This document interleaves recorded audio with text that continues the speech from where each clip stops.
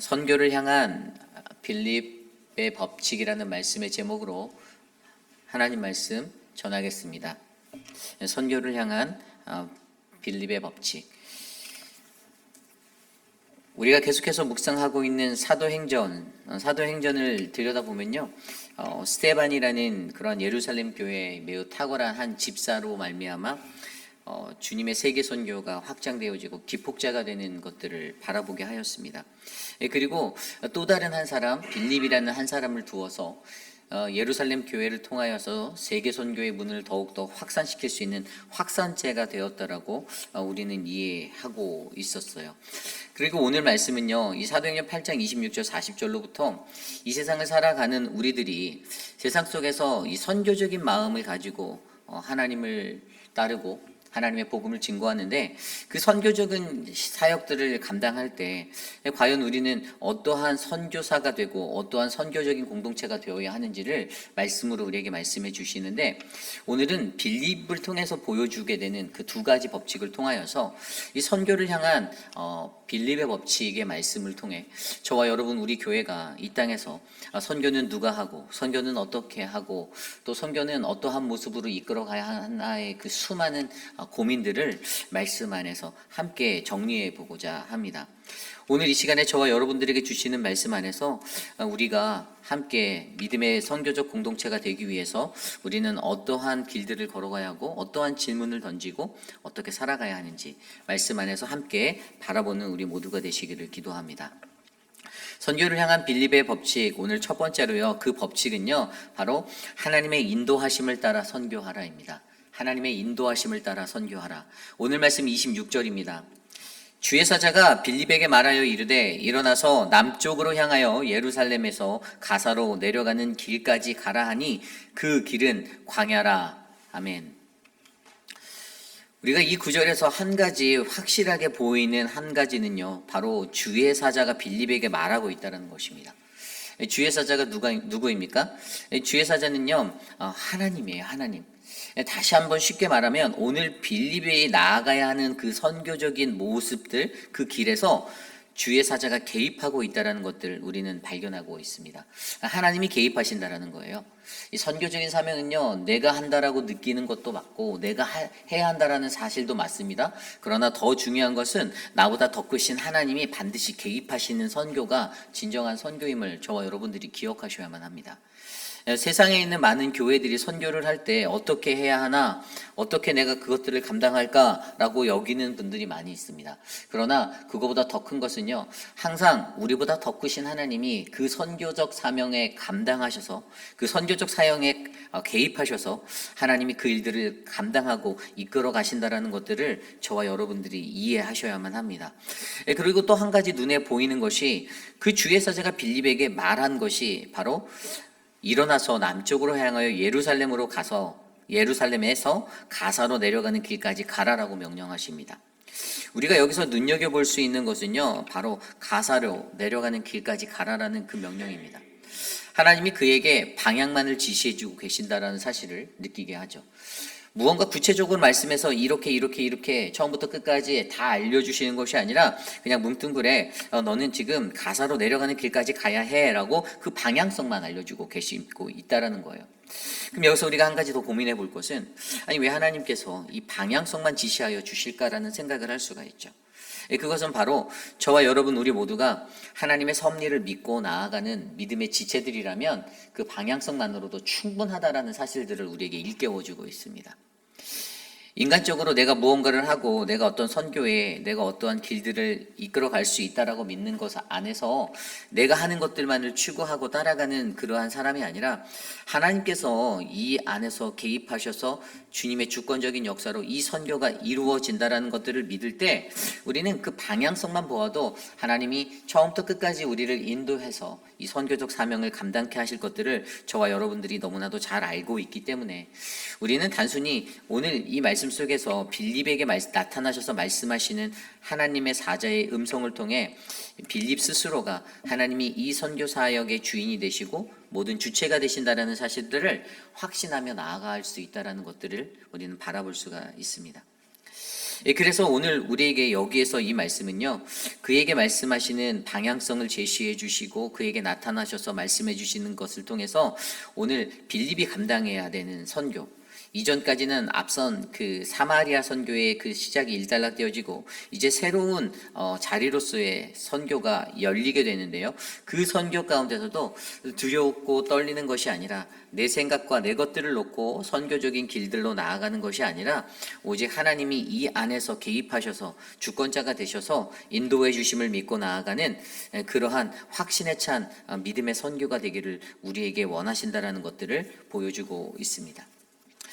저와 여러분 우리 모두도 선교를 감당할 때 선교는 하나님의 섭리임을, 하나님의 인도하심을 따라 이끌어져 가야 하는 것임을 믿으셔야만 합니다.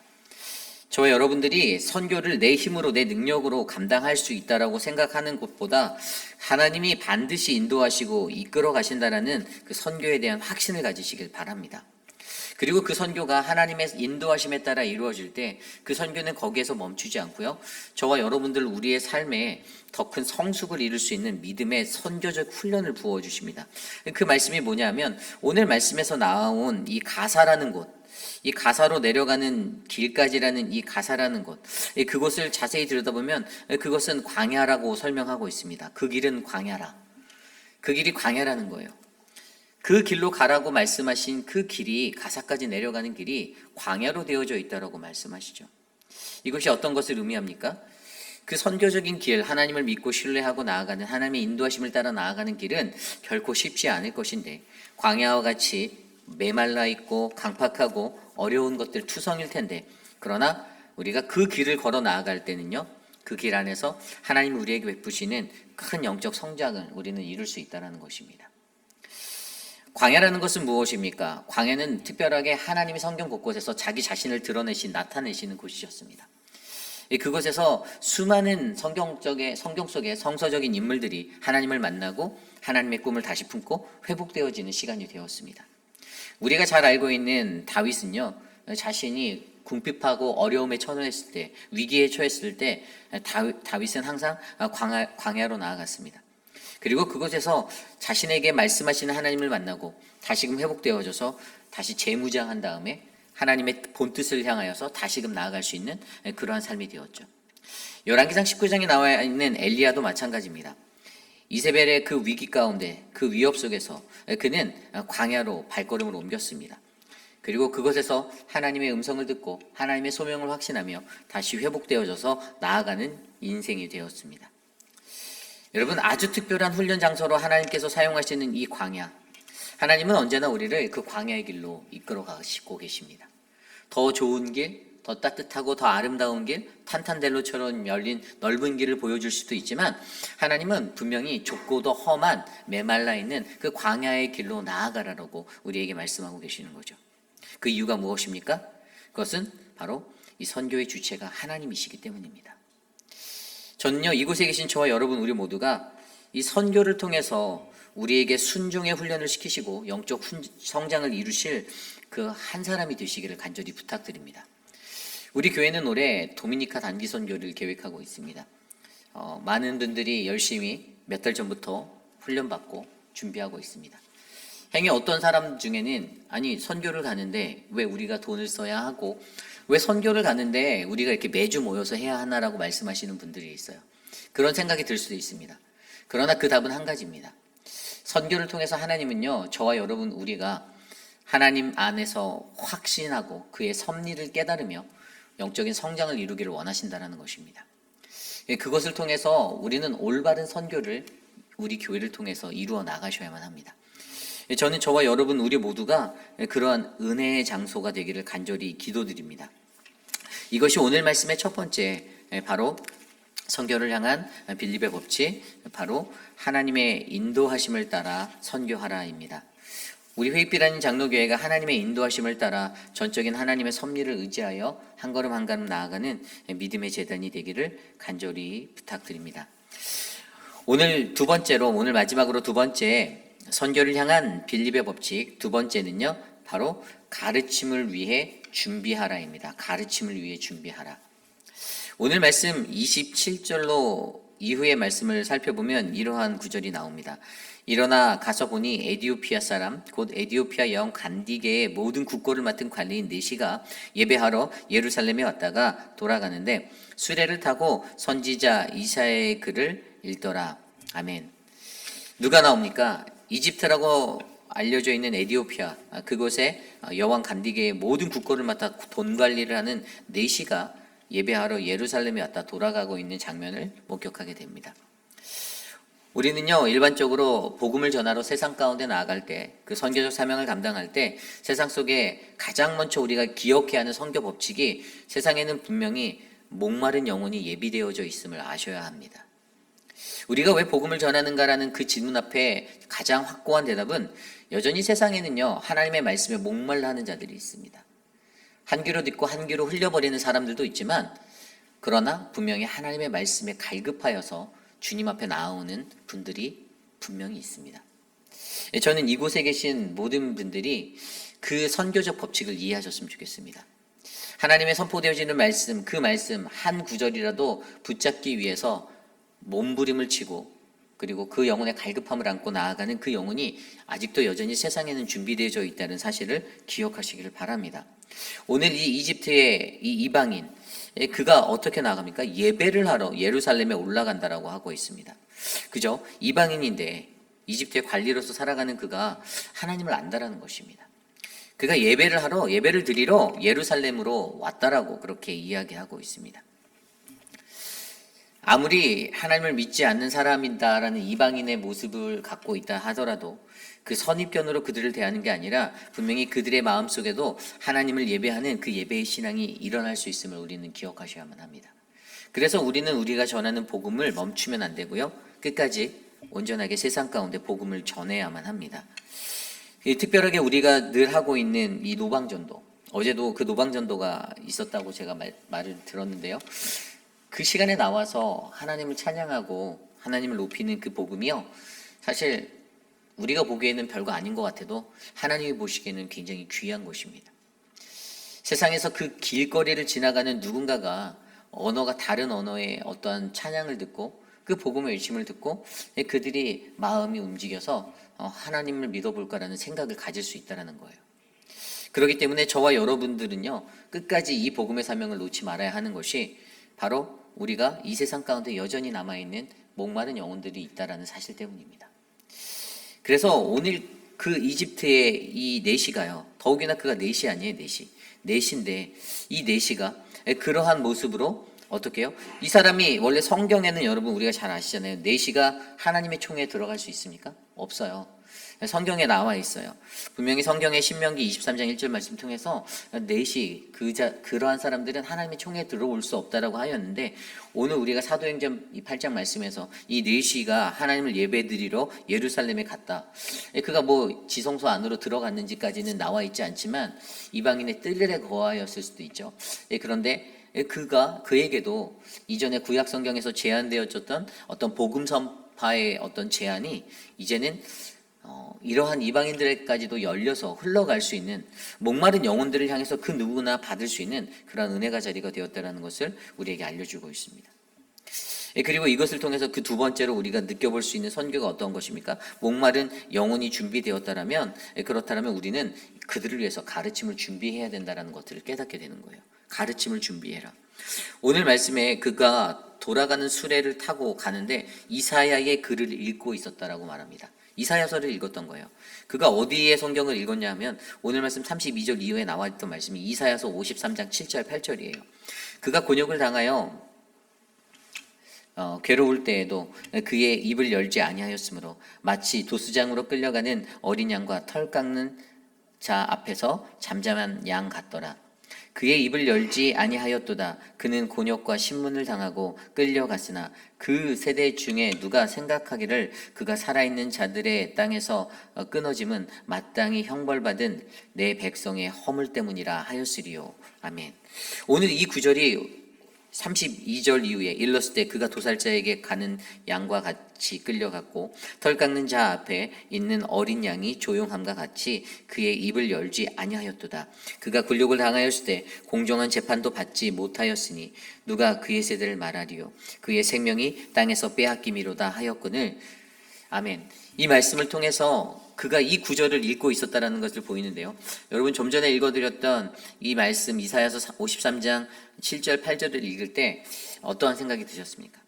저는 이 애굽의 에디오피아 내시가 이 구절을 읽으면서 도대체 그가 누구인가라는 그 궁금증을 가졌을 거예요. 근데 내 백성의 허물 때문에 고통받는 그가 누구냐? 이게 난가? 나는 아닌 것 같고, 그럼 이 사람이 누구냐? 선지자냐? 예언자냐? 도대체 이 사람은 누구냐라는 이 궁금증, 하나님의 말씀을 읽을 때 찾아오는, 밀려오는 그 거룩한 궁금증 가운데 그가 섰을 때 오늘 빌립이 어떻게 나아갑니까? 빌립이 그에게 달려가서 30절에 빌립이 달려가서 선지자 이사야의 글 읽는 것을 듣고 말하되 읽는 것을 깨닫느냐? 너 이거 이해하니? 31절입니다. 대답하되 지도해 주는 사람이 없으니 어찌 깨달을 수 있으랴 하고 빌립을 청하여 수레에 올라 같이 앉으라 하니라. 아멘. 그러니까 그에게 그의 궁금증, 이 말씀의 갈급함과 이것들이 눈에 보였을 때 빌립이 그에게 한 걸음에 달려가서 그에게 이 말씀을 깨달아 알 수 있는 가르침을 주기 위해서 내가 이 말씀을 풀어줄게, 내가 이 말씀을 너에게 가르쳐 줄게라고 하며 바로 빌립을 그곳에 올라오도록 에디오피아 이 내시가 청하게 되는 장면을 우리가 보게 되는 것이죠. 여러분, 여기서 우리가 느껴야 하는 것은요, 저와 여러분 언제나 우리는 늘 말씀으로 준비되어 있어야 합니다. 여러분도 오랜 시간 신앙생활을 하셨는데 누군가가 하나님의 말씀을 읽다가 궁금해서 여러분께 물어본다라면 여러분도 쉽게 잘 대답해 주실 수 있나요? 이 말씀의 영적 의미가 무엇이고 이 말씀이 왜 이렇게 돌아가는지, 왜 여기에 이렇게 적혀있는지 여러분들 다른 이들에게 잘 설명해 주실 수 있습니까? 하나님의 말씀을 한 귀로 듣고 한 귀로 흘려버리는 게 아니고요, 그냥 눈에서 보이는 그냥 한 주의 어떤 패러다임으로 그 말씀을 받는 게 아니라 하나님 말씀을 받을 때 그 말씀이 어떻게 우리에게 전달되어지는 생명의 양식인지를 우리가 스스로가 깨달으셔서 그 말씀을 바르게 전해주실 수 있는 능력이 여러분에게 있기를 기도합니다. 그러한 가르침의 은사가 있으셔야 돼요. 나만 알고 멈춰지는 하나님의 말씀이 아니라 내가 알고 있는, 내가 확신하는 그 하나님의 말씀을 갈급한 자들에게 전해줘야 한다는 거예요. 여러분, 세상 속에서 왜 신천지가 인기 있는 줄 아십니까? 그것은 말씀에 갈급해 있는 그런 영혼들을 잘 캐치하기 때문이에요. 그들의 가려운 것들을 긁어주기 때문이에요. 그 궁금증을 풀어주기 때문이에요. 그런데 오늘날의 이 세대의 교회가 말씀의 능력이 없으니까 어떻게 됩니까?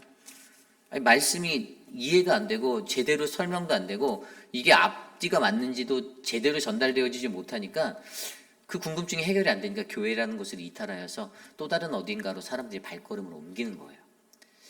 진정한 말씀에 갈급함이 있는 영혼이 있다라는 사실을 우리가 안다면 우리는 믿는 하나님의 백성으로서 몇십 년의 신앙생활을 한 그 연륜을 자랑하는 것이 아니라 하나님 말씀을 가르치기 위해서 내가 잘 준비되어지고 그 말씀을 깊이 있게 깨닫는 인생이 되셔야만 합니다.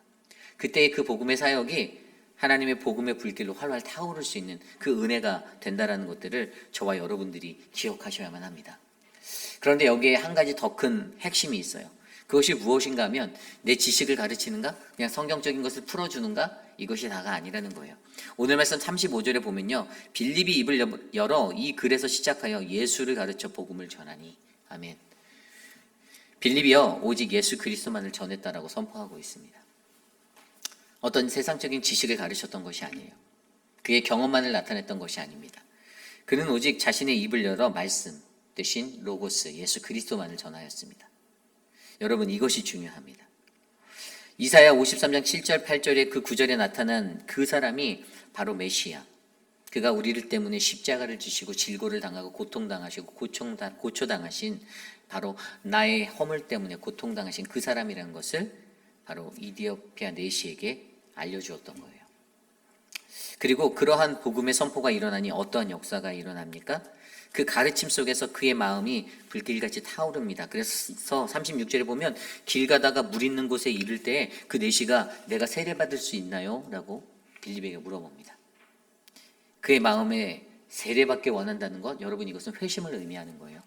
이방인으로 살아가던 그가 예수 그리스도라는 존재를 깨닫고 예수를 알게 되고 예수가 이러한 존재였구나라는 것이 마음에 와닿으니까 그의 마음속에서 일어나는 것은 내가 하나님의 백성이 되고 싶다, 내가 그의 죽으심과 그의 부활하심에 동참하고 싶다라는 바로 세례받음의 연결이었습니다.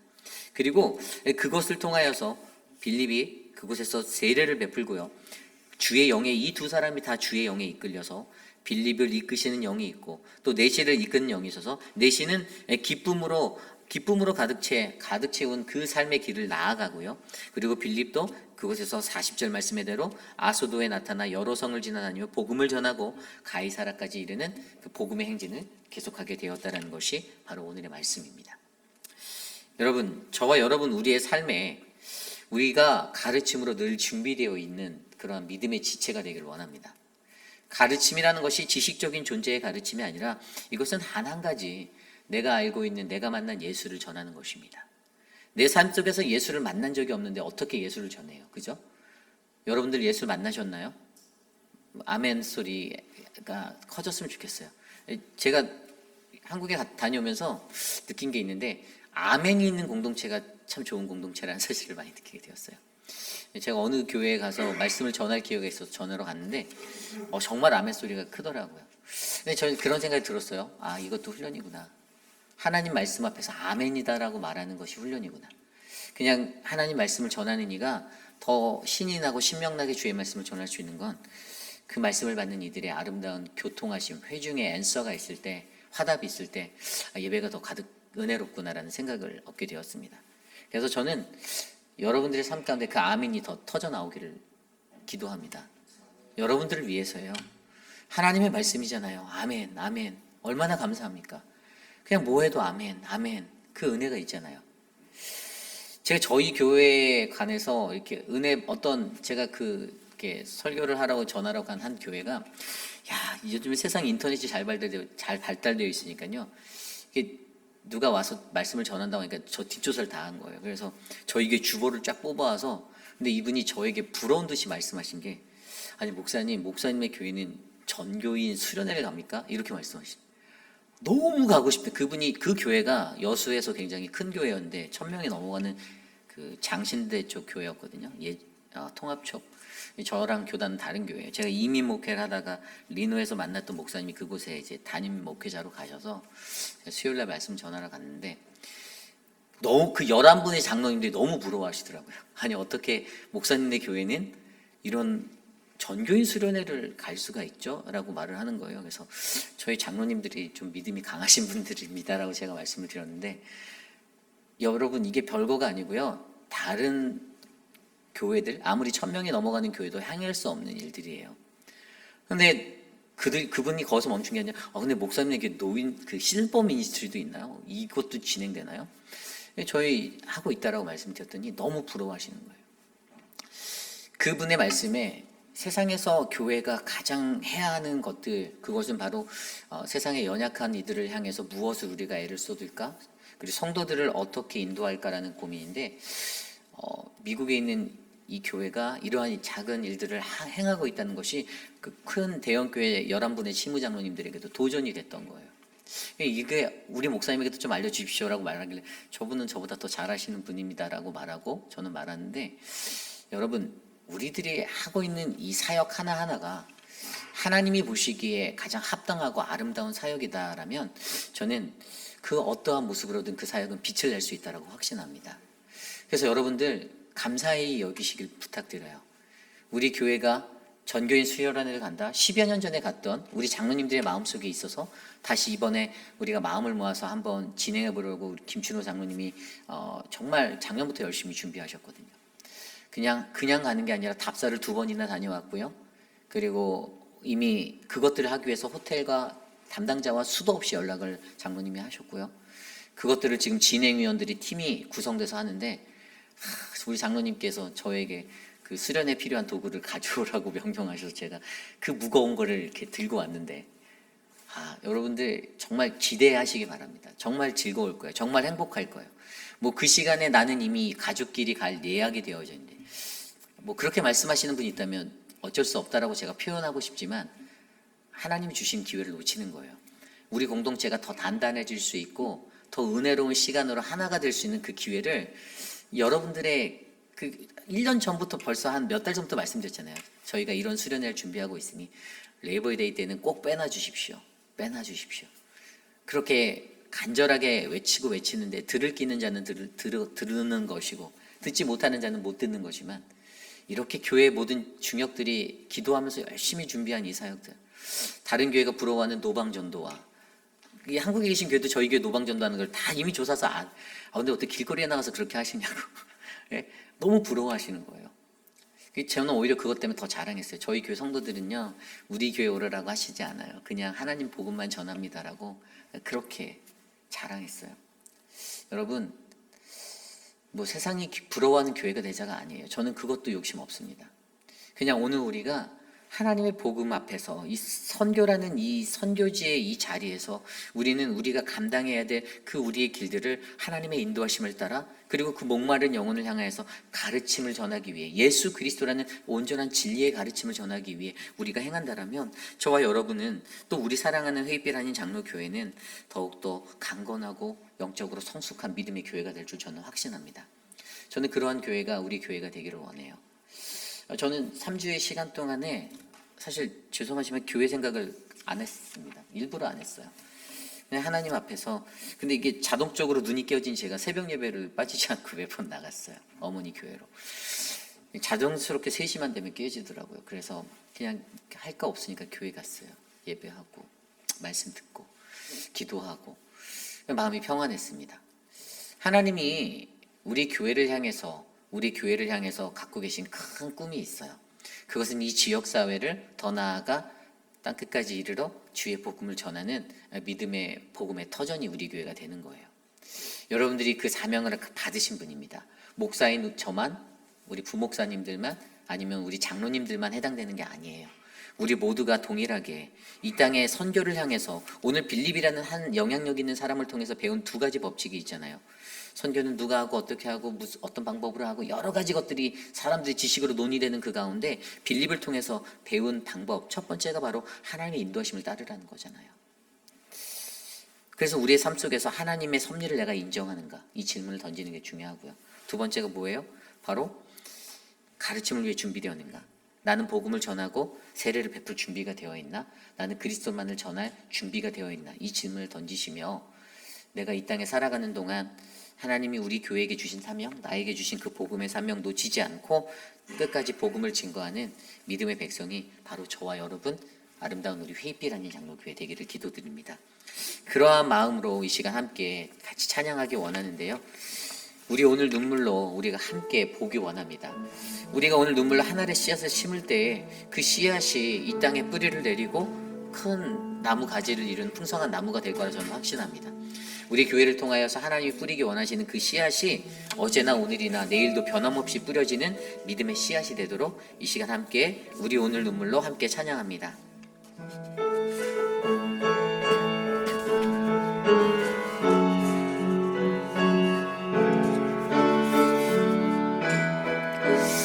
우리 오늘 눈물로, 우리 오늘 눈물로 하나의 씨앗을 심는다. 꿈꿀 수 없어 무너진, 꿈꿀 수 없어 무너진 가슴에 저들의 푸른 끝 다시 돋아나도록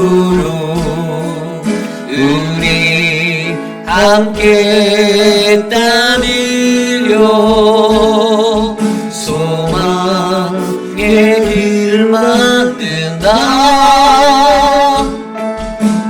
내일로 가는 길을 찾지 못했던 저들 노래하며 달려갈 그 길, 그날에 우리 보리라, 그날에 우리 보리라. 새벽 이슬 같은 저들 일어나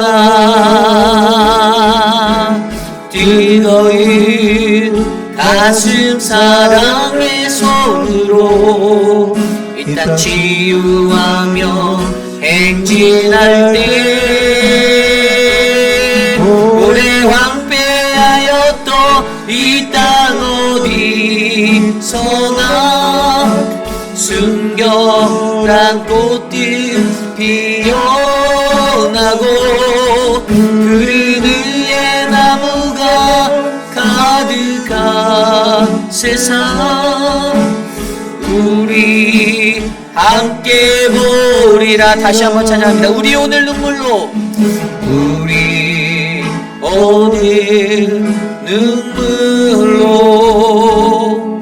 하나님의 씨앗을 심는다. 꿈꿀 수 없어 무너진, 꿈꿀 수 없어 무너진 가슴에 저들의 푸른 끝 다시 돋아나도록 우리 함께 땀 흘려 소망의 길을 만든다. 아멘. 내일로 가는 길을 찾지 못해도 저를 노래하며 달려갈 그 길, 그날에 우리 보리라. 새벽 이슬 같은 저는 일어나 뜨거운 가슴 사랑의 손으로 이 땅 치유하며 행진할 때 오래 황폐하였던 이 땅 어디서나 순결한 꽃들 피어나고 푸른 그의 나무가 가득한 세상 우리 함께 보리라. 오래 황폐하였던 이 땅 어디서나 순결한 꽃들 피어나고 그의 푸른 나무가 가득한 세상 우리 함께 보리라. 오늘 주신 말씀을 놓고 좀 기도했으면 좋겠어요. 하나님이 우리의 모든 사역을 이끌어 가심을 여러분들 믿으시기 바랍니다. 하나님의 섭리가 우리 안에 있다라고 기억하셨으면 좋겠어요. 제가 총회를 갔다가 애틀란타 연합장로교회 손정훈 목사님을 만났는데 제가 사실 연초부터 작년부터 고민했던 게 이제 올해 베테랑스 행사를 어떻게 할까 고민이었거든요. 근데 우연히 교제하게 되다가 그분에게 혹시 목사님네 교회에 어떤 중창팀 있나요? 했더니 있대요.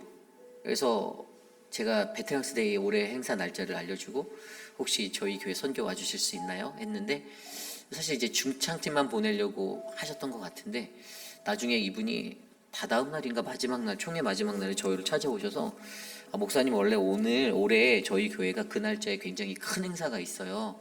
교회적으로 굉장히 중요한 행사인데 저희 교회가 올해 이웃을 섬기기 위한 해로 정했거든요.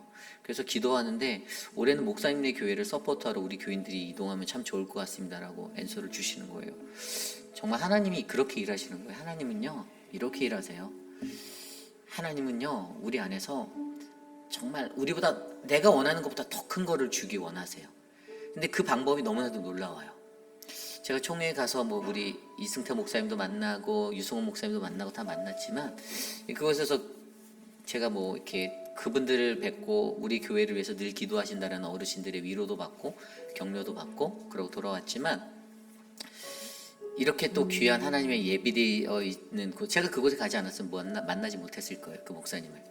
그래서 이제 이런 하나님의 사역이 이렇게 우리 안에 펼쳐지는구나, 하나님이 우리를 도우시는구나라는 이 섭리를 제가 깨닫게 되었어요. 그래서 인간적인 제 노력, 내가 최선을 다하되 결국에 하나님께 맡기고 나아가야겠다는 생각이 제게 들었어요. 저는 우리 교회가 그런 교회가 되기 원합니다. 여러분이 원하는 것들 다 얻지 못할 수도 있어요. 하지만 하나님은 분명 내가 생각하는 것보다 더 크게 일하시고요, 더 그것보다 큰 거로 주신 하나님을 믿으시고 그 선교적인 사명 가운데 우리 교회도 그렇게 쓰임받고 우리 교회도 그렇게 은혜 받는 교회 돼서 받은 거 흘려보내는 믿음의 교회가 되었으면 좋겠습니다. 세상에는 목마른 영혼들 여전히 많습니다. 내가 준비되어져야 합니다. 말씀 들으실 때 마음의 문을 여십시오. 이 말의 소리로 들으면요 저 목사가 또 사람 치네 이렇게 생각하는 사람들이 대다수예요. 그러나 하나님의 말씀을 듣잖아요. 마음이 열려요. 이게 내 가슴에 오늘 말씀에서 나온 것처럼 내 백성의 허물 때문이라, 이게 내 허물 때문이다라는 말로 바뀌는 거예요. 하나님이 나 때문에 예수 그리스도를 십자가에, 이게 생각이 나는 거예요. 그러면 그때 우리는요, 하나님의 선교가 이해되어져요. 내가 왜 선교 가야 하고, 그 선교가 하나님이 하시는 거고 내가 하는 게 아니라 나는 하나님이 하시는 역사를 바라보고, 그래서 내가 이 선교를 멈출 수 없구나. 오늘 그러한 은혜가 저와 여러분에게 넘치길 기도합니다. 이 시간 이것을 놓고 함께 기도하겠습니다. 하나님, 오늘도 우리는 하나의 씨앗을 뿌립니다. 꿈꿀 수 없어 무너진 가슴에 하나님의 푸르른 그 꿈이 심어지게 하여 주시고, 하나님, 우리가 땀 흘리고 애쓰고 수고하여 뿌리는 그 씨앗이 하나님 이 땅 가운데 큰 하나님의 은혜의 선교가 되기를 원합니다. 하나님, 우리로 하여금 선교하게 하신 하나님, 또 하나님, 우리 또한 동일하게 그 선교의 은혜를 받았던 자들임을 잊지 않게 하여 주시고, 하나님, 영혼의 빚진 자 되어 세상 가운데 주의 복음을 들고 나아갈 수 있는 믿음의 성전이 되게 하여 주시고, 어떠한 잘못된 목적을 두고 걸어가는 길이 아니라 온전하신 예수 그리스도의 복음의 길만을 걸어갈 수 있도록 하나님 인도하여 주시옵소서. 존귀하신 하나님, 역사하여 주십시오. 우리 회비라는 장로교회가 그러한 교회가 되길 원합니다. 하나님, 우리를 광야로 부르시고 인도하셔서 우리를 특별하게 훈련시키시고 성숙케 하시고 순종케 하시며 영적 성장의 선교자가 되기를 원하시는 하나님, 그러한 자들이 우리가 되기를 원합니다. 일하여 주시옵소서. 회비라는 장로교회, 우리 교회를 통하여 하나님, 세상에 메말라져 있는 목마른 영혼들에게 하나님의 말씀에 담비를 부어주시고 채워주시며 저들의 삶이 변화되게 하여 주시고 하나님 알게 하여 주시고 땅끝까지 예수 그리스도의 복음을 증거하는 우리 교회가 되게 하여 주시옵소서. 인도하여 주시옵소서. 우리 이 시간에 육신의 연약함 가운데 계신 분들을 위해서 기도합니다. 앞서 말씀드린 대로 우리 에드윈을 위해서 특별히 기도해 주십시오. 아마 많은 분들이 이런 부정맥이나 어떤 핫플레이스로 이렇게 고생하시는 분들이 많을 거예요. 약을 드셨다고 하는데 사실 문제는 남자들은 늘 참는다라는 거예요. 그래서 어제 정경자 원사님하고 이제 돌아오는 차편에 저희가 집에까지 이제 라이드를 해드리고 에디차를 집으로 갖다 놔줬거든요. 근데 그 얘기를 하면서 이렇게 얘기를 하는데도 바보같이 미련하게 참는다라고 그 말씀하는데, 그 제가 권사님한테 그랬어요. 권사님, 일반적으로 남자들은 다 참아요. 아파도 아프다고 말 안 하고요. 우리들의 미련함이죠. 근데 남자들은 그게 또 이게 내가 아내에게 걱정 끼칠까봐, 내가 누군가에게 폐가 될까봐 그런 생각을 많이 하거든요. 여러분들 공동체에서 아프신 분들 많이 위로해 주시고요. 기도해 주시길 부탁드립니다. 그리고 그게 사실 어찌 보면 제 앞으로의 제 인생이거든요. 지금은 젊어 보이고 건강해 보여도 나도 어르신들의 나이대에 되면 나도 아프겠지? 나도 힘들겠지? 나도 무용지물이 되겠지라는 생각을 저도 많이 하거든요. 근데 여러분, 우리 어르신들이 사는 날 동안 건강하게 행복하게 진짜 예수님 제대로 알아서 꼭 반드시 천국 가시도록 그러한 인생 되도록 기도해 주시고요. 부모님이 아프셔서 기도하는 분들도 계시고 많이 계시잖아요. 그분들의 모든 삶 가운데 하나님의 평화가 넘치도록, 또 우리 에드윈의 모든 수술이 잘 되어져서 건강한 모습으로 만날 수 있도록 이 시간 함께 기도드리겠습니다. 하나님 도와주십시오. 사랑하는 천문자 집사님 축복하여 주시고, 우리 진정숙 집사님은 하나님 붙잡아 주시고 은혜 베풀어 주시고 강건케 하여 주시고, 한영숙 집사님을 인도하여 주시기를 기도합니다. 우리 유광현 집사님을 책임져 주시고, 김용우 장로님, 이희두 장로님 건강을 허락하여 주시옵소서. 하나님, 육신의 연약한 가운데 계신 어르신들을 붙잡아 주시고 인도하여 주시기를 기도합니다. 사랑하는 우리 에드윈에게 하나님의 은혜를 베풀어 주십시오. 하나님, 주님, 하나님의 은혜로 말미암아 모든 수술의 일정들이 잘 진행되게 하시고, 하나님 피스페이스를 달 때 하나님 그것으로 말미암아 그의 호흡과 모든 것들이 원활할 수 있도록 하나님 인도하여 주시옵소서. 하나님 돌보아 주시옵소서. 이끌어 주시기를 간절히 기도합니다. 이 시간 우리가 기도할 때 우리 교회의 모든 사역들을 위해서 기도합니다. 한국학교가 은혜 중에 마쳤고요. 또 늘푸른 대학도 잘 진행되고 있습니다. 이제 얼마 남지 않았는데 종강까지 기도해 주시고, 특별히 다음 주에는 우리 늘푸른 대학 어르신 빌트모어에 가거든요. 그래서 안전하게 23분이 가신다고 들었는데 저희가 구매한 교회 25인승 밴으로 갑니다. 기도해 주시고 또 그것을 인도하는 우리 서지현 목사님과 김준현 목사님 강건하게 잘 다녀올 수 있도록 기도해 주시기를 부탁드립니다. 또 계속 이어지고 있는 우리 바이블 아카데미들 위해서 기도해 주시고요. 하나님의 말씀을 배우려는 갈급함이 일어나기를 부탁드려요. 그 말씀의 갈급함 속에서 주님을 깊이 있게 만날 수 있도록 해달라고 기도해 주시고 다음 주부터 다시 시작되는 춘계 대신방 이제 남은 일정들이 있습니다. 모든 것들이 안전하게 잘 마칠 수 있도록 함께 기도해 주시기를 부탁드립니다. 또한 전교인 수련회가 이제 등록이 1차 등록이 얼마 남지 않았습니다. 여러분들 등록이 잘 이루어지고 저는 그렇게 생각해요. 얼마의 숫자가 가든지 간에 저희가 장로님이 예상했던 숫자는 160명이었거든요. 근데 얼마의 숫자가 가든지 간에 저는 이번에 스페셜하게 이곳에 가시는 분은 정말 특별한 은혜를 받고 돌아올 거라 저는 확신합니다. 저는 그 개런티예요. 저희 교육자들도 어떻게 하면 좋은 시간을 만들까 계속 고민하고 있었고요. 기도하고 있었고 최고의 것들로 여러분들께 안겨드리려고 할 거예요. 그래서 일정들은 대충 들으셨겠지만 저희가 본 예배 딱 드리고 낮 시간은 다 비워놨어요. 여러분들이 자유롭게 좀 교제하실 수 있도록 밖에 나가서 그런 은혜로운 데이트들을 할 수 있도록 낚시도 하실 수 있고 골프도 치실 수 있고 여러분들 쇼핑도 가실 수 있고 일부러 그렇게 비워뒀어요. 사랑방끼리 우리 성도들끼리 함께 교제하라고. 그리고 저녁과 우리 주일 예배 거기서 드리는 예배를 은혜롭게 잘 드리려고 저희가 하거든요. 여러분들 많은 분들에게 동기부여하시고 가족들에게 특히 같이 가자. 내 가족 다 갈 수 있거든요. 내 남편, 내 자녀들도 같이 가자. 같이 가서 은혜 받는 시간 되시기를 부탁드립니다. 이 시간 이러한 모든 사역들을 놓고 함께 기도합니다. 하나님 도와주십시오. 하나님 우리 교회에 계속해서 은혜의 사역들을 베풀어 주셔서 감사합니다. 우리 교회가 멈춰있지 아니하고 하나님의 복음을 들고 움직일 수 있는 교회가 되셔서 감사합니다. 역동성 있는 믿음의 교회가 되게 하여 주시고 하나님 우리 교회가 더욱더 건강하게 하나님 말씀이 바르게 세워져가는 믿음의 재단이 되게 하셔서 하나님 그 어떠한 사역들 안에서도 하나님의 영광 주님의 은혜가 드러나도록 역사하여 주시옵소서. 하나님 늘 푸른 대학 하나님 수고한 우리 서재영 목사와 하나님 김준영 목사 축복하여 주시고 하나님의 은혜로 붙잡아 주시고 강사로 섬겨주신 모든 분들 섬김이로 섬겨주신 주방의 모든 일들 하나님 그들에게 하나님의 은혜를 베풀어 주시고 하늘의 큰 축복을 나누어 주시옵소서. 사랑의 하나님 우리 교회가 감당하고 있는 모든 사역들을 통하여서 세상 가운데 주의 복음이 전파되기 원하고 노방전도 사역 가운데 하나님의 빛이 드러나는 영광이 나타나게 하여 주시고 하나님 함께하여 주시옵소서. 하나님 우리의 자녀들 주님이 붙잡아 주시고 은혜를 베풀어 주시옵소서. 하나님 전교인 여름 수련회를 준비합니다. 하나님 기도로 말씀보다 성령보다 앞서지 않게 하여 주시고 우리가 준비한 아름다운 사역이 하나님 꽃을 피울 수 있는 행복한 시간이 될 수 있도록 은혜를 내려 주시옵소서. 이 시간에 기도할 때 우리 교회 단기 선교를 위해서 기도합니다. 이제 드디어 얼마 남지 않았습니다. 도미니카 단기 선교가 있고요. 또 이태호 장로님과 저는 캄보디아도 확인하러 저희 선교를 확인하러 일주일의 일정으로 또 다녀올 겁니다. 저희 교회가 갖고 있는 선교적 원리는요. 여러분들이 귀하게 넷째 주에 드려주신 선교헌금을 바르게 집행하고 거룩하고 안전하게 사용하는 것입니다.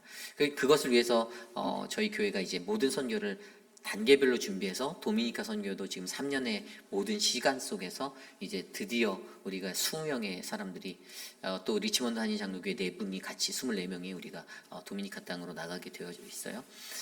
선교를 통해서 우리 아이들이 은혜 받았으면 좋겠고요. 우리 성도들이 선교가 무엇인지 바르게 깨달았으면 좋겠습니다. 그래서 선교 교육이 매주 일어나는 거예요. 저는 확신합니다. 선교 갔다 오신 분들 절대 실망하지 않을 거라고 확신하고요. 여러분들 그것을 위해서 함께 기도해 주시기를 부탁드립니다. 또한 우리가 계속해서 감당하고 있는 이 선교를 통해서 우리 교회의 선교가 더 확장되어지기를 원해요. 그러니까 많이 할수록 좋은 거거든요. 많이 할수록 선교는. 근데 어떠한 선교사에게 어떻게 보내냐가 더 중요하죠. 그래서 저희가 검사를 나가는 거예요. 점검을 나가는 거예요.